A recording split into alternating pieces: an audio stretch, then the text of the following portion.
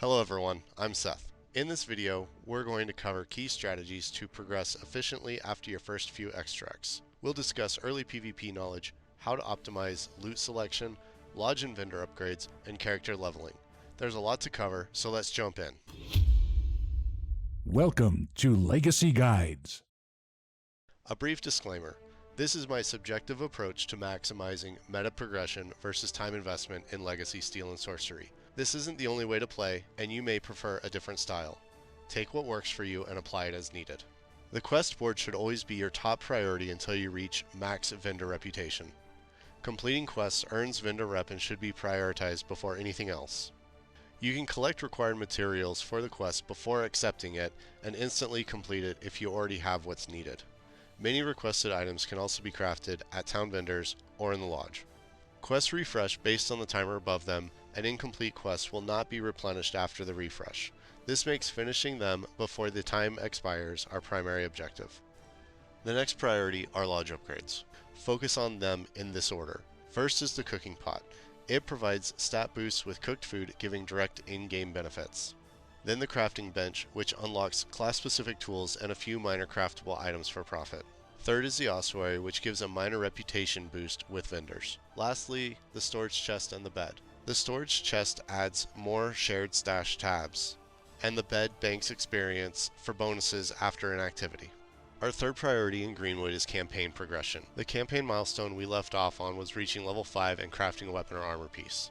Visit the armorsmith and weaponsmith to review what materials are required for this. As a note, ore is processed at the armorsmith, logs are processed at the weaponsmith, leather and cloth are processed at the tailor.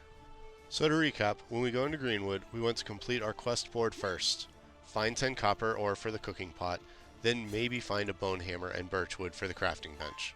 The interactive map and my Google Sheet listed in the description are great resources for figuring out where to collect materials required to complete the quest board. Let's talk about mindset. If you want to actively improve, you want to avoid autopilot syndrome. Autopilot is a term used in competitive games when you play without purpose or direction. It's fine to play Legacy like this, but you won't improve as fast. Set out with a purpose. If your goal is to practice movesets or to PvP, don't farm, even if it's convenient. Loot in your bags will impact your decision making. And if you're farming and progressing, don't go looking for fights.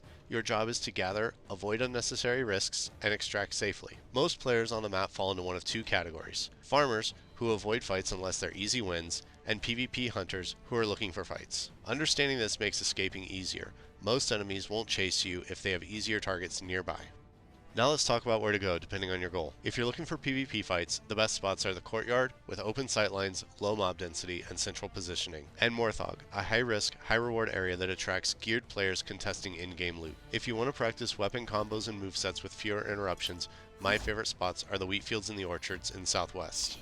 These two areas lack ore and trees to harvest and are out of the way of most objectives, meaning they're not frequented by players. The area also offers varied enemy types to practice against with a low enough density to not be overwhelmed. Lastly, the two areas are right next to the coin extract, which allows for a quick exit. If I'm farming for certain resources, such as nails or heavy thread, the first thing I check is the point of interest I spawn nearest to. On a fresh map, I am guaranteed to be the first to those resources. I will then check points of interest on my way towards the extraction. Sometimes areas will have clearly already been checked by other players, but resources are often missed or skipped. Whether you stop to check for them is up to you. This is a big one. Know when to extract. Here's the rule. If you'd regret losing something, it's time to extract. No more looting, no more harvesting, just get out. The faster you extract, the faster you stash your loot, and the faster you're back in action. Also, don't farm near extraction points. These are the highest traffic areas. If you linger, you will get attacked. When you approach the extraction point, be on your guard. Hunter traps and seed bombs can indicate somebody waiting to ambush you. Listen for a rogue going into stealth. Pay attention to what's happening while those 15 seconds chip away. Don't autopilot.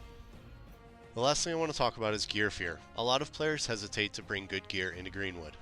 If you're worried about losing your gear, don't bring it. Instead, run in with junk gear and focus on learning fights without stress. Don't force yourself to use better gear just because others are. Sometimes you'll do 10 safe runs with no fights, then equip good gear and die instantly. It happens. It's just luck. Think of it like gambling. Decide how much you're willing to lose per session. Stick to that limit and don't go beyond it.